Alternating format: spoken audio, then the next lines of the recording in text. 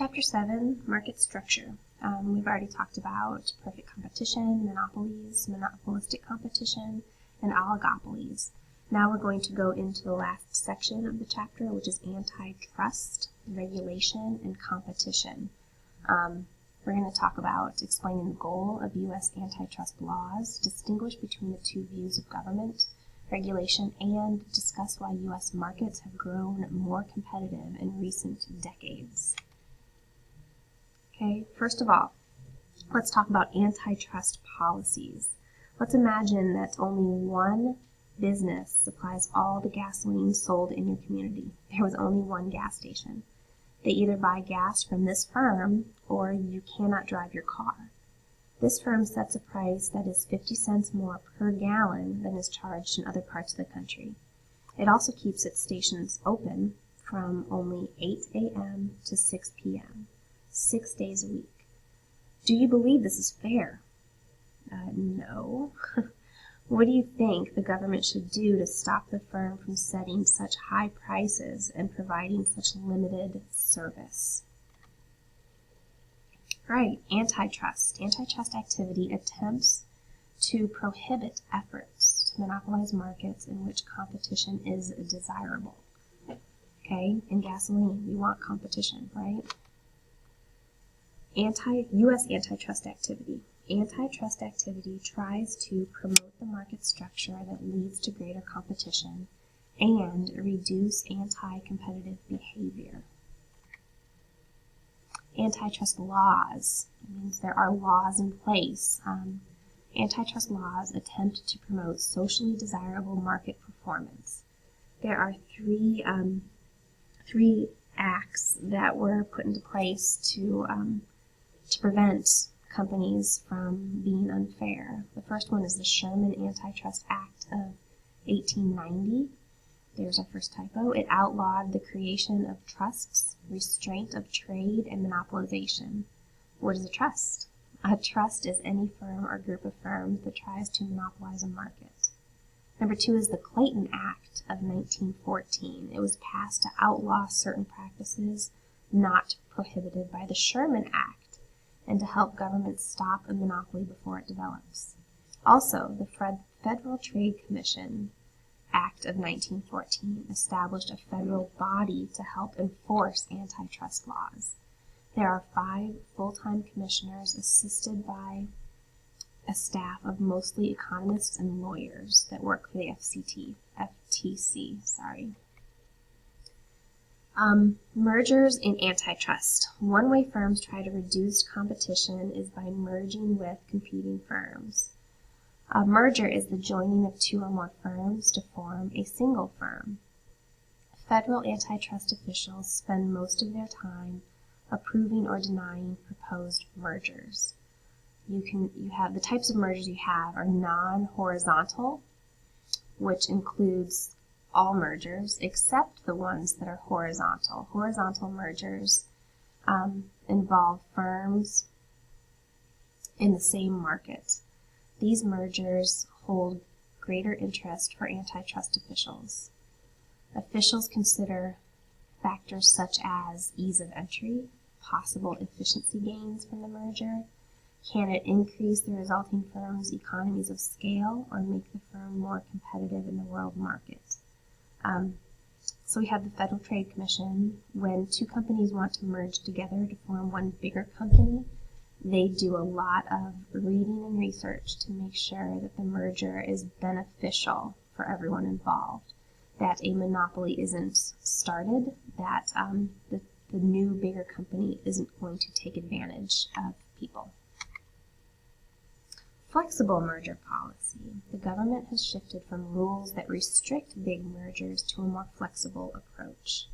This allows for big companies to merge if the combination is more efficient or more competitive with other big firms in the market. Example, the government approved Whirlpool's acquisition of Maytag, even though Whirlpool at the time was the world's largest maker of major appliances, and Maytag ranked 3rd. Government officials noted that growing competition from Asia would keep prices down. So we've got the biggest producer of appliances, Whirlpool, purchasing the number 3 company, Maytag. How do you feel the number 2 company felt through that merger? They were probably pretty frustrated and needed to work really hard to keep their market share. Pictures we have here.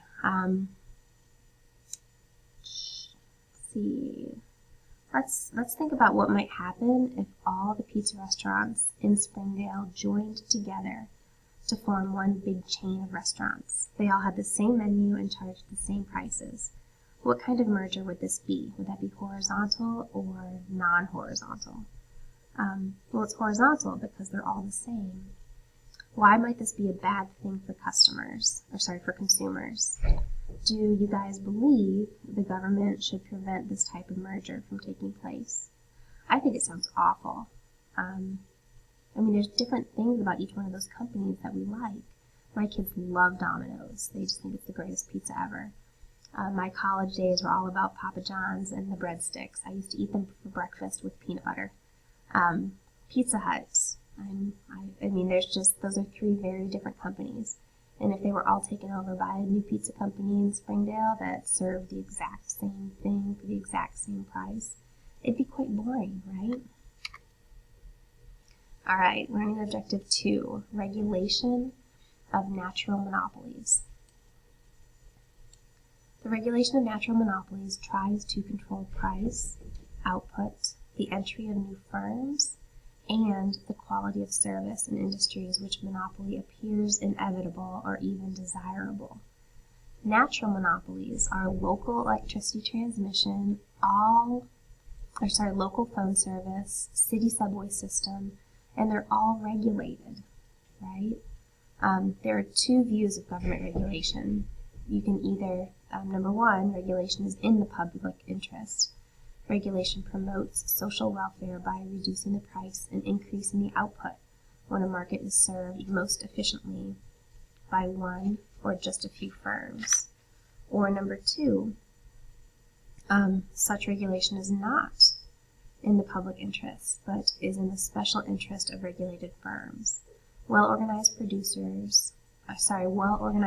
groups expect to profit from the government regulation by persuading public officials to impose restrictions that these groups find attractive.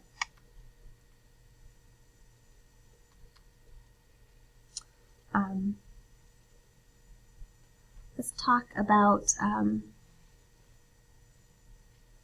let's imagine that we are members of a regulatory agency and that a natural gas delivery service has requested a rate increase of 10%. What factors would we consider when we decide whether or not to grant the increase? What might happen if the firm was not able to charge enough to cover its cost? Well, basically, when a utility is unable to charge enough to cover its cost, it's likely to cut back on investing in maintenance. So that's pretty bad. That means in the long run, this may prevent the utility from providing quality service to its customers. So that would be bad. Okay, competitive trends in the U.S. economy. The number of industries judged to be competitive increased from about half of all industries in 1960 to more than 3/4 today. Antitrust activity. Antitrust officials spend most of their time evaluating the impact of proposed mergers on market competition. Recent antitrust action not involving a merger was the case antitrust officials from the U.S. Department of Justice brought against Microsoft. They charged Microsoft with having a monopoly in operating system software and with attempting to extend this monopoly to the web browser market. The settlement with Microsoft gives personal computer makers greater freedom to install non-Microsoft software on new machines. Deregulation is a reduction in government control over prices and firm entry in previously regulated markets, such as airlines and the trucking industry. Deregulation has increased competition and benefited consumers. Okay, let's talk about the airlines. I'm on page 223 and 224. Let's see. So take, for example, the regulation and deregulation of airlines. The Civil Aeronautics Board, established in 1938, once strictly regulated U.S. interstate airlines.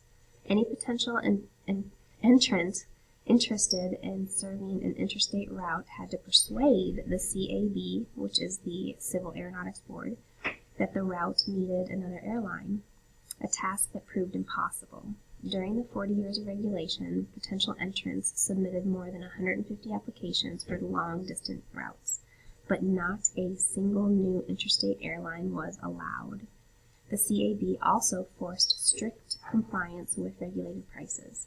Any airline seeking to lower its prices on any route would face a rate hearing during which both the CAB and the airline's competitors would scrutinize the request. In effect, the CAB created a cartel that fixed prices among the 10 existing major airlines and blocked new entry.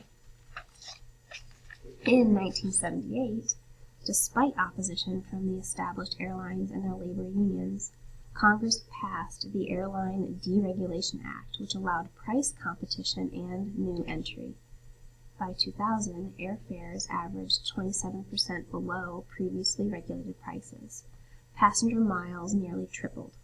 Airlines became more productive by filling a greater percentage of seats. The net benefits of airline deregulation to consumers now exceeds $25 billion per year, or more than $80 per U.S. resident. Regulations that limited competition have also been repealed in trucking, securities trading, banking, and telecommunications.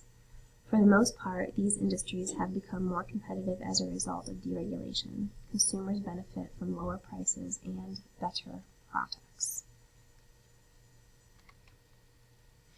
International trade. Foreign imports increased competition in many industries. Imported goods were attractive to U.S. consumers because of their superior quality and lower prices. That made me laugh when I read it. We think about a lot of the imports nowadays and how they come from, China, Japan, Taiwan. Our clothing, our electronics. My kids laugh every time they get something. They'll try to find the tag that says where it was made, and it was always made in China. And we think a lot of those products as being lower quality. It's all lower prices, but we don't think their quality is all that great. But when international trade first began, goods were brought into the U.S. because of their superior quality and lower prices. U.S. producers initially asked for government protection from foreign competitors through trade barriers such as quotas and tariffs.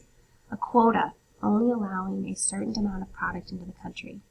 A tariff is a special tax added to products brought into the country. To survive in the market, U.S. producers improved quality and offered products at more competitive prices. Okay, last one, technological change. Some industries are growing more competitive as a result of technological changes. For example, in the past 30 years, the primetime audience share of 3 major TV networks, be it NBC, CBS, and ABC, dropped from about 90% to less than 30% as the satellite and cable technology delivered many more channels. Can anyone say Netflix?